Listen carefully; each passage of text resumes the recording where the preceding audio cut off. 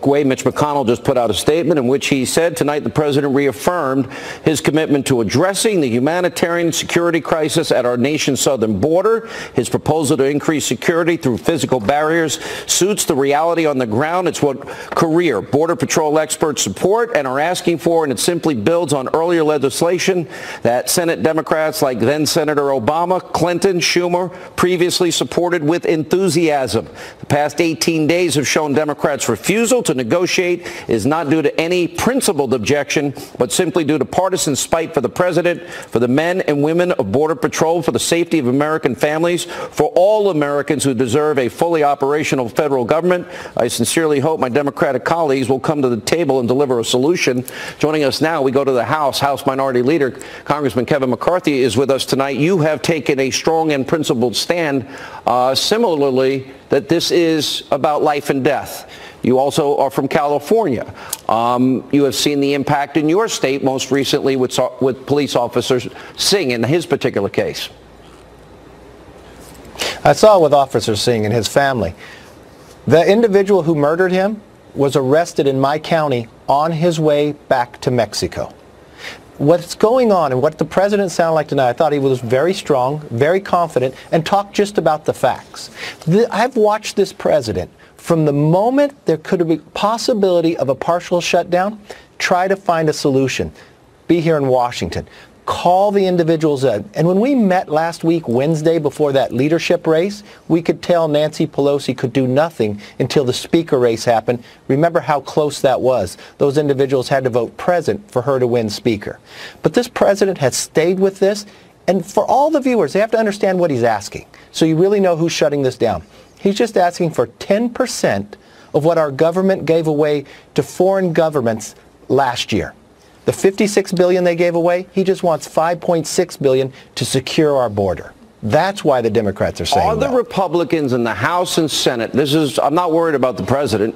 We kind of learned that if he says he's going to pick a fight and he believes in something strongly, in this case he's talking about human lives, about serious violent crimes among a very small percentage because the borders are open, and drug and human trafficking. Are the Republicans in the House and Senate, are they willing to stand behind him for as long as it takes? I think that's what a lot of conservatives want to answer tonight. Congressman. I think the American public has seen that. Because this isn't just about a party, this is about a country. You know, I was not even in Congress in 2006 when Schumer voted for that. They promised the American public that we would have 700 miles of fencing. It's about time someone stood up and made it happen what they promised the American public they would do. We've watched, and for the Democrats to say there's not a crisis, this is what happens in those meetings, Sean. When Secretary Nielsen goes to provide facts, not something she's made up, but something that's happening along the border, those 17,000 individuals who were stopped along the border that have a criminal record, or those 800 gang members that have been stopped, these are just things that have happened along the southern border. Nancy Pelosi would interrupt her so she could not speak. By the third meeting where Secretary Nielsen finally got a word out, she just started, I don't believe your facts. I don't believe your facts. This is the problem that we have. Democrats do not want to listen to really what's happening. The amount of drugs. The president laid it out. The amount of people who are dying, more than in the Vietnam War. We have a crisis on our border. He's standing up for it. And I will tell you this. Our conference stands with him, and we have resolve to see this through, just what was promised to the American public back in 2006, where Schumer voted for it. Schumer, Hillary, Obama, many of the Biden, they all voted for it. The whole group. It was interesting, the exchange you referred to, and that was between Nancy Pelosi and Secretary Nielsen. And so, I don't believe your facts. And they're not my facts, they're the facts. The secretary, I thought, had a good response. Exactly. But the facts that she spoke about in this 2-year period, 4,000 homicides that were committed by illegal aliens, 30,000 sex crimes, 100,000 violent assaults. That's not drugs and that's not human trafficking. And by the way, people on both sides of the border, those that make that arduous journey, the 98% that want what we take for granted, more freedom, more opportunity for themselves, their families, their kids, their grandkids. We're not talking about them. But if they can cross over seeking a job, so too can the criminal element, potential terrorist elements, which also have been stopped at the border. We've watched that many times before. And what's happening inside these meetings, and I'm thankful the president's calling us back again, because this president wants to find common ground. Watch what he has said. He's moved from a concrete barrier to make sure that they had slats. He's talked about other elements that the Democrats talked about. In those meetings, every Democrat will say they're for border security. So then I ask the question, well, what's your definition of border security? Who in America today believes you could have border security with not some form of a barrier? We've watched what happened in San Diego. El Paso has become one of the safest cities because they have a barrier. We watched in Yuma, Arizona. What's happened is those illegal crossings have dropped more than 90%. We know it works. We know we need it. We know we have to use technology as well. This is where the president has stood strong. He is standing strong for the American public, but more importantly, he's the one person in the room that's trying to find compromise where the Democrats will not move at all. All right, Kevin McCarthy, the House Minority Leader, thank you for being with us. And joining us now on the phone for quick reaction is the great one, Life, Liberty, Levin. We call him Mark Levin, the great one, is with us. You know, Mark, it really comes down to the arguments that were made by Schumer and Pelosi. I don't mean to be sarcastic, but it looked like a Saturday Night Live opening skit. But especially considering Chuck Schumer in particular's past support, Obama support, Hillary support, Biden support for barriers and a wall, both in 2006 and 13. But they're saying that this is a manufactured crisis, and they are saying that they're upset about the delayed checks to furloughed federal government employees, which I am sympathetic towards. But the president is making the case that we have Americans being victims of crime, homicide, sexual assault, other violent assaults, that we have trafficking, that we have that's going across the border, human trafficking, drug trafficking. To me, it's about life and death or inconvenience. This is not manufactured. You can't tell the son of Officer Singh that this is a manufactured crisis. This is a real life and death situation for many American families, and I wanted to get your reaction to tonight's statements. Well, first of all, the president gave an outstanding speech. It was concise.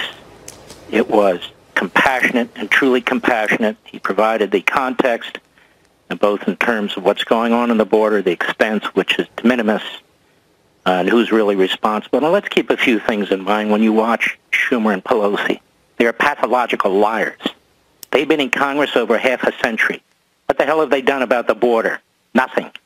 They're part of the scam artists. They get amnesty, legalization, citizenship, and never secure the border. Just spend billions and trillions more debt, more deficits on the redistribution of wealth, on $200 billion a year on illegal aliens. One more time. They fooled Reagan. They fooled Bush 41. They fooled Bush 43. But they're not going to fool Donald Trump, who's dealt with tougher than Pelosi and Schumer. And let me point out a few things. These two and the rest of them are never forced to explain their flip-flop. Where they voted for border security, they voted to authorize walls, they voted to fund some of the walls, and now all of a sudden it's immoral. You know what's immoral? When everybody talks about those government employees who will be temporarily inconvenienced, who will get their money back, but nobody talks about the unskilled, low-skilled American worker who has to compete with people from Guatemala, from Honduras, from Mexico, from south of the border who come into this country illegally. Nobody talks about the big corporations like Hewlett-Packard and Boeing and Disney and others who are part of the scam artist operation, who want illegal aliens in this country. Nobody talks about the fact that destroying our immigration system, these Democrat cities, sanctuary cities, these Democrat states, sanctuary states, where the citizens are treated as second-class citizens, and the taxpayers have to cough up the money for what? Let me explain what this is about. Power. Democrat Party power. Democrat Party before country. There's an excellent piece in, of all places, The Atlantic, a left-wing site, written by a guy by the name of Peter Bumpart, a liberal. And he says, between 2008 and 26, the Democrats became more and more confident that the country's growing Latino population gave the party an electoral edge. So they switched Salon, which is a left-wing site. They declared, after Obama's 2008 win, if that pattern continues with the Latino vote, the GOP is doomed for 40 years of wandering in the desert. And he goes on to explain this. This is a liberal on a liberal site. That is exactly what's going on. Notice Pelosi and Schumer didn't talk about the American worker. Notice they didn't talk about the communities on the border that are suffering. Notice they never talk about law and order because they hate law enforcement. They never talk about the overwhelming costs involved in health care, the overwhelming costs involved in our public schools. Localities and states, they're barely reimbursed for this. Hey, Mark. We, the American taxpayer, the American citizen, we take it in the neck. One other thing. The Democrat platform in 2008. Read it. Let me ask you, Mark, if I can. The Democrat platform in 2008 basically supports virtually everything the Republican president of the United States said today. The American people haven't changed. The Republican Party hasn't changed. The Democrats, for political reasons and power reasons, they've changed, and they want to drag us all off the cliff with them. Hey, Mark, that's a great point, and we played their past statements many times on this program. I know you played it on your radio show and Life, Liberty, and Levin.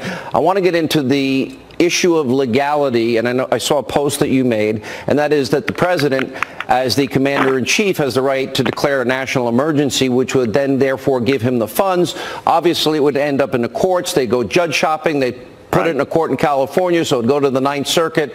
I want to talk about the legality of that, and also as the commander-in-chief, constitutionally, this is your wheelhouse. Wouldn't he have the ability to say that this is a national security issue, and as such, be able to appropriate funds from the Defense Department as well? Doesn't he have other options here? As usual, no brag, just fact. It's left to me to straighten out all the phony experts on cable and network TV who have law degrees and pretend they know something. It's called the National Emergencies Act. There are a lot of dumb lawyers on TV, Mark. I agree. And basically, Congress passed this to tighten, to limit what a president could do unilaterally. And there's a provision in the statute. It's a statute, so it's not the president acting unconstitutionally. And in this statute, if Congress wants to reverse or halt what the president is doing unilaterally, it takes a joint resolution of the House and Senate, a majority vote of both. So there is a check. That's number one. Number two, these powers essentially, in different iterations in the past, different laws in the 20 past, seconds, Mark. go back before Abraham Lincoln. They have been exercised multiple times. I would tell the Bushy never Trumpers they were exercised multiple times by George W. Bush. All right, Mark, we have to let it go there. Mark Levin, the great one, Life, Liberty, and Levin, #1 show on the slot Sunday nights, 10 Eastern here on the Fox News Channel. When we come back, I give you